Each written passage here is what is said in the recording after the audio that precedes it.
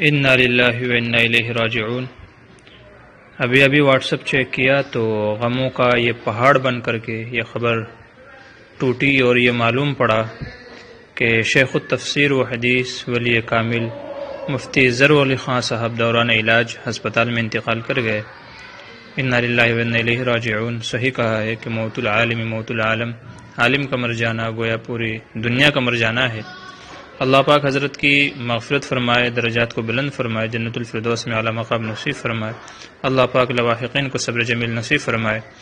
حضرت کا اپنا ایک الگ مزاج تھا، اور حضرت کے بیانات جو لوگ سنتے ہیں ان کو معلوم ہوگا کہ حضرت کا جو علمی تبحر اور جو تحقیق و تدقیق حضرت کی ہوا کرتی تھی وہ الگ ہی ہوا کرتی تھی۔ حضرت کا انداز بیاں بھی اتنا خوبصورت، اتنا پیارا ہوتا تھا، اور اتنے آسان طریقے سے اتنی بڑی بڑی باتیں سمجھا دیا کرتے تھے کہ عام فہم آدمی بھی ان کو بڑی آسانی سے سمجھ لیا کرتا تھا۔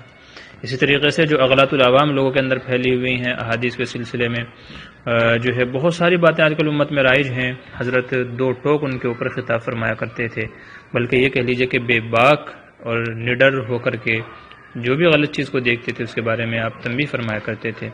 حضرت نے جو کئی سارے فتاوی کی کتابیں اور ایسے ہی احسن التفسیر یا اس طرح کے نام سے ہے حضرت کی، تو بہت علمی کام بھی کیا، اللہ نے آپ سے بہت علمی کام لیا، اور اس وقت امت کے اندر بڑے بڑے اکابر ایسے ہیں کہ جو حضرت کے شاگرد ہیں، حضرت کے سامنے زانو تلمذ طے کیا اور حضرت سے علم حدیث، علم فقہ وغیرہ حاصل کیا۔ تو بہرحال یہ کہہ لیجئے کہ موجودہ زمانے میں اس وقت جن کو علم کی چوٹی، علم کا پہاڑ یا علم کا ایک پایہ سمجھا جاتا تھا، انہی میں سے ایک نام حضرت مفتی ظہور علی خان صاحب کا تھا۔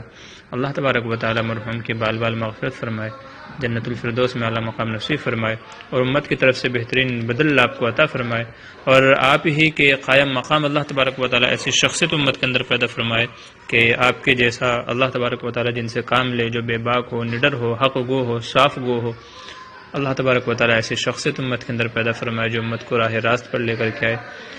حضرت کے حق میں دعا ہی کر سکتے ہیں، آپ سے بھی حضرات سے بھی گزارش ہے کہ حضرت کے حق میں دعا فرمائیں۔ آمین ثم آمین۔